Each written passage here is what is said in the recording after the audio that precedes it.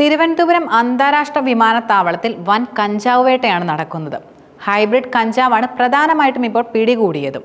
10 കോടി രൂപ വിലമതിക്കുന്ന 10 കിലോയിലധികം വരുന്ന കഞ്ചാവ് പിടികൂടുകയുണ്ടായി. സംഭവത്തിൽ 2 പേരെ കസ്റ്റംസ് പിടികൂടുകയും ചെയ്തിട്ടുണ്ട്.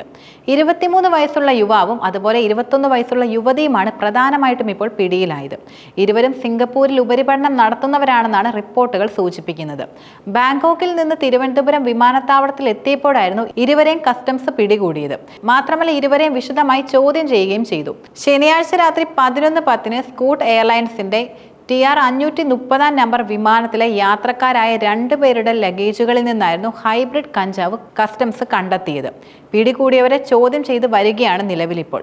പക്ഷേ ഇവരുടെ വിശദാംശങ്ങൾ കസ്റ്റംസ് ഇതുവരെ പുറത്തുവിടുകയും ചെയ്തിട്ടില്ല. ഒരാൾ പെൺകുട്ടിയാണെന്നത് ഏറെ ശ്രദ്ധേയമാണ്. യാത്രക്കാരെ ക്യാമറകളിലൂടെ നിരീക്ഷിക്കുന്നതിനിടെ സംശയം തോന്നിയായിരുന്നു ഇവരെ പിടികൂടിയത്. ഇത്രയും വിലയുള്ള ഹൈബ്രിഡ് കഞ്ചാവ് തിരുവനന്തപുരം വിമാനത്താവളത്തിൽ നിന്ന് ഇതാദ്യമായിട്ടാണ് പിടികൂടുന്നതെന്ന് പ്രത്യേകതയുമുണ്ട്. ഇവർ സ്ഥിരമായി വിദേശത്ത് നിന്ന് കഞ്ചാവ് കടത്തുന്നവരാണെന്ന സംശയം ഇപ്പോൾ നിലനിൽക്കുന്നുണ്ട്. മാത്രമല്ല മുമ്പ് നടത്തിയിരുന്ന യാത്രാ വിവരങ്ങളും കസ്റ്റംസ് പരിശോധിച്ച് വരികയാണിപ്പോൾ. നേരത്തെ ആലപ്പുഴയിൽ 2 കോടിയുടെ 3 കിലോ ഹൈബ്രിഡ് കഞ്ചാവുമായി യുവതിയും അതുപോലെ സഹായിയും പിടിയിലായ കേസിൽ കുറ്റപത്രം സമർപ്പിക്കുകയും ചെയ്തിരുന്നു. ആലപ്പുഴ അഡീഷണൽ സെഷൻസ് കോടതിയിലായിരുന്നു 2000-ഓളം പേജുകളുള്ള കുറ്റപത്രം പ്രധാനമായിട്ടും സമർപ്പിച്ചത്.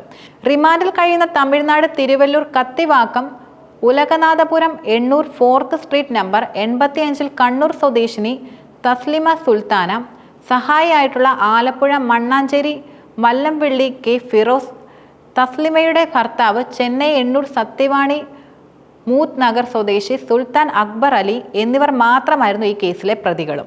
ഏപ്രിൽ 1-നായിരുന്നു ഹൈബ്രിഡ് കഞ്ചാവുമായിട്ട് തസ്ലീം, സഹായ്, ഫിറോസും ആലപ്പുഴയിൽ പിടിയിലായിരുന്നതും. എറണാകുളത്തും ആലപ്പുഴയിലും കഞ്ചാവ് എത്തിച്ച് വിൽക്കാൻ ശ്രമിക്കുന്നതിനിടെയാണ് ഇവരെ കൂടുതലും പിടികൂടിയത്.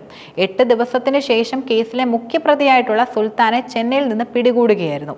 വാട്സപ്പിൽ അയച്ചു നൽകിയ ചിത്രത്തിലൂടെയാണ് സുൽത്താൻ കുടുങ്ങിയിരുന്നത്. ഹൈബ്രിഡ് കഞ്ചാവ് ചെന്നൈയിൽ എത്തിച്ച ശേഷം തസ്ലിമയ്ക്ക് ഇയാൾ ഈ ചിത്രം അയച്ചു നൽകുകയും ചെയ്തു.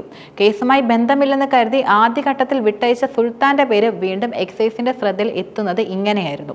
ചലച്ചിത്ര മേഖലയുമായി ബന്ധപ്പെട്ട് പ്രവർത്തിക്കുന്ന തസ്ലിമ കൊച്ചി കേന്ദ്രീകരിച്ചുള്ള സിനിമാ താരങ്ങൾക്കും അതുപോലെ ഹൈബ്രിഡ് കഞ്ചാവും MDMA അടക്കമുള്ള ലഹരി വസ്തുക്കളും എത്തിച്ചു നൽകിയതായിട്ട് മൊഴി നൽകുകയും ചെയ്തിട്ടുണ്ട്. ഇത് സാധൂകരിക്കുന്ന ചാറ്റുകളും അതുപോലെ UPI ഉപയോഗിച്ച് നടത്തിയ പണമിടപാടുകളുടെ വിവരങ്ങളും എക്സൈസ് ശേഖരിക്കുകയും ചെയ്തു. ഇതിനെ തുടർന്ന് നടൻ ഷൈൻ ടോം ചാക്കോ, ശ്രീനാഥ് ഭാസി എന്നിവർ ഉൾപ്പെടെ സിനിമാ മേഖലയിൽ നിന്നുള്ള 5 പേരെ കേസിൽ ചോദ്യം ചെയ്യുകയും ചെയ്തു. 55 സാക്ഷികളുള്ള കേസിൽ നടൻ ശ്രീനാഥ് ഭാസി 21-ാം സാക്ഷിയായിട്ടാണ് നിൽക്കുന്നത്. ശ്രീനാഥ് ഭാസിയുടെ രഹസ്യമൊഴി നേരത്തെ രേഖപ്പെടുത്തുകയും ചെയ്തിരുന്നു. ദമ്പതികളുടെ 2 മക്കളും കേസിലെ സാക്ഷികളായിട്ടാണ് നിൽക്കുന്നത്.